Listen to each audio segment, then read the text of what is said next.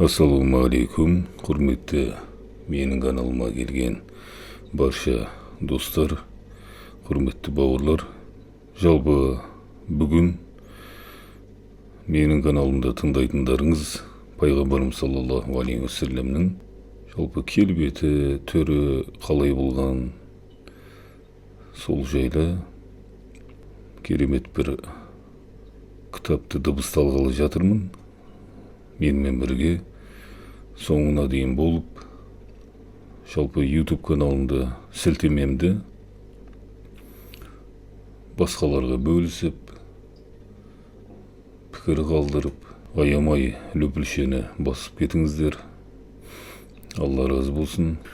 Кіріспе ретінде осы кітаптың авторы Шыңғыс Оңғарұлы, яғни аударған бауырымыз. Сол кісінің кіріспе ретінде жазып кеткен екен. Соны ары қарай оқып бастай берейік. Кіріспе. Барлық мадақ пен шексіз шүкіршілік Аллаға болсын, және оның таңдаулы құлдарына сәлемі болсын.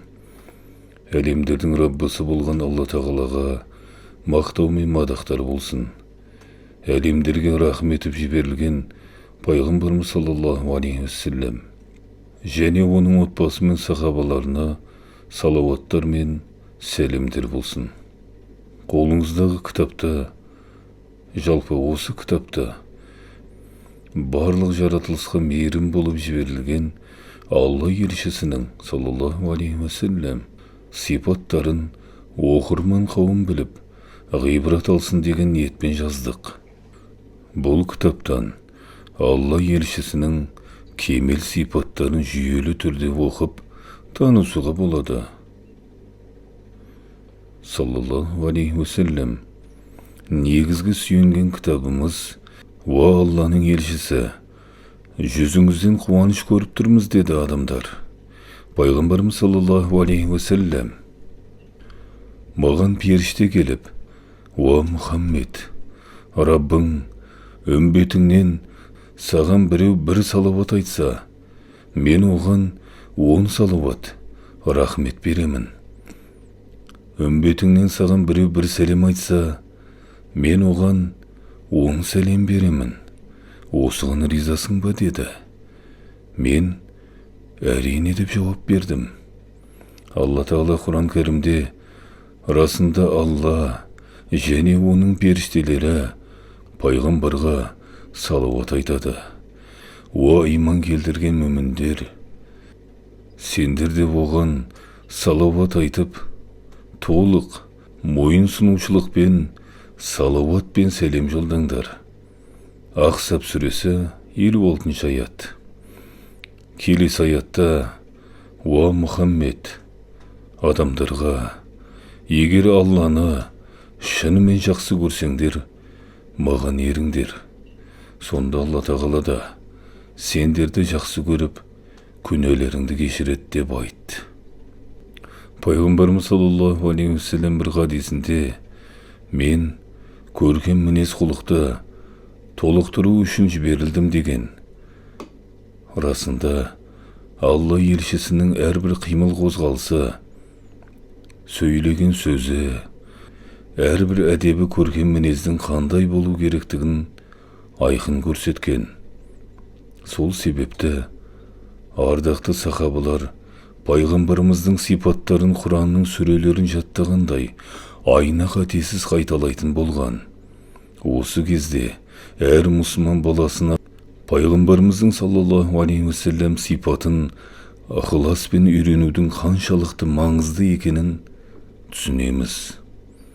Алла елшісіне саллаллаху алейхи уассаламға деген махаббатыңызды арттырғыңыз келсе, сізге таптырмайтын мүмкіндік осы кітапты оқып жатырмыз. Пайғамбарымыздың сипаттарын танып білу, өз өмірін хақ жолына арнаған ғалымдар артынан пайғамбарымыз саллаллаху алейхи уассаламға арнап белгілі бір еңбектер жазады. Кітап авторы мен де сол дәстүрді жалғастырып, өзімнің артымнан қияметке дейін сауабы үзілмей келіп тұрсын деген мақсатта осы кітапты жаздым деп айтып отыр. Және мен де осы кітапты оқып YouTube каналыма салып отырмын. Менің де артымнан үзілмейтін сауап жазылсын деген ниетпен. Дәл осы видеоны жақындарыңызға бөліссеңіз, сіз де сондай сауапты қанжығаңызға байлайсыз. Бұл менің автор ретіндегі Алла елшісіне деген махаббаттан туған еңбек деп қабылдасаңыздар болады. Пайғамбарымыздың саллаллаху алейхи уассалам дәрежесінің қандай екенін мұсылманның парызы болған калима шахадаттан ақ білуге болады. Калимада ла илаха илlallah Мұхаммадур Расулуллах, Алладан басқа тәңір жоқ. Мұхаммед оның елшісі деп аударылады. Байқасаңыз, Алла тағала өзінің ұлық есімінің жанына пайғамбарымыздың есімін қойып, дәрежесін көрсетті. Жақут тастың басқа тастардан артықшылығы сияқты, Алла елшісі де, саллаллаху алейхи уассалам, жай адамдардан ерекше. Ол адамдардың ең мінсізі еді. Барша адамзат пайғамбарымызға саллаллаху алейхи уассаламға еріп, оны саллаллаху алейхи уассалам екі дүниеде де жол басшы деп білуімізді Алла тағала әмір еткен. Басқа пайғамбарлар тек белгілі бір қауымға жіберілген болса, Алла елшісі саллаллаху алейхи уассалам барлық адамзат пен жындарға да пайғамбар болып жіберілген. Алланың кәлемі болып саналатын қасиетті Құранды бізге жеткізу міндеті Алла елшісіне саллаллаху алейхи уассаламға жүктелген болатын. Соған сай, Құраннан кейінгі ең көп оқылатын ол әрине пайғамбарымыздың саллаллаху алейхи уассаламның өмір баяны. Ешкімнің өмірі дәл сондай ықыласпен оқылған емес, оқылмайды да. Сахабалар Алла елшісінің саллаллаху алейхи уассаламның әр ісіне, сөзіне, әдебіне, ақлағына амал жасайтын, отырысын, ұйықтауын, қалай тамақ жеп, су ішкендігіне мән беріп жүретін. Сахабаларға берілген үлкен нығмет ол Алла елшісінің өз көздерімен көріп, оның қызметінде болды. Ол дәрежеге басқа адамдар жетуі мүмкін емес. Себебі пайғамбарымыз саллаллаху алейхи уассаламның қасында жүруге лайықты адамдардың Алла тағала өзі таңдаған. Пайғамбарымыз саллаллаху алейхи уассалам қай тамақты жақсы көретін болса, олар да соны жақсы көретін болған. Мысалы, Алла елшісі саллаллаху алейхи уассалам сәрид тағамының ішіндегі асқабақты теріп жегенін көрген. Әнес ибн Мәлик те асқабақты сол уақыттан кейін жақсы көретін болған. Ғаламның рахым нұры пайғамбарымыз саллаллаху алейхи уассаламның өмірімен таныссаңыз, болуы мүмкін жақсы мінездің бәрін кезіктіресіз. Бұл асқан кемелдіктің көрінісі.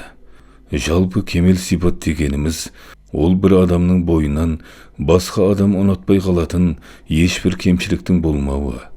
Қандай мақталған сипаттар болса, соның баршасы оның бойынан табылуы керек. Бір адамның бойында ақыл, батылдық, туралық пен іскерлік сипаттары тоғысуы мүмкін, алайда барлық кемел сипаттардың бір адамда кездесуі сирек. Адам баласына қажет. Бұл дүниеде Раббыңды танып, адам қалпыңда дүниеден өтесің. Содан кейін қабір әлемінде де пайғамбарымыз саллаллаху алейхи уассалам туралы сұралады.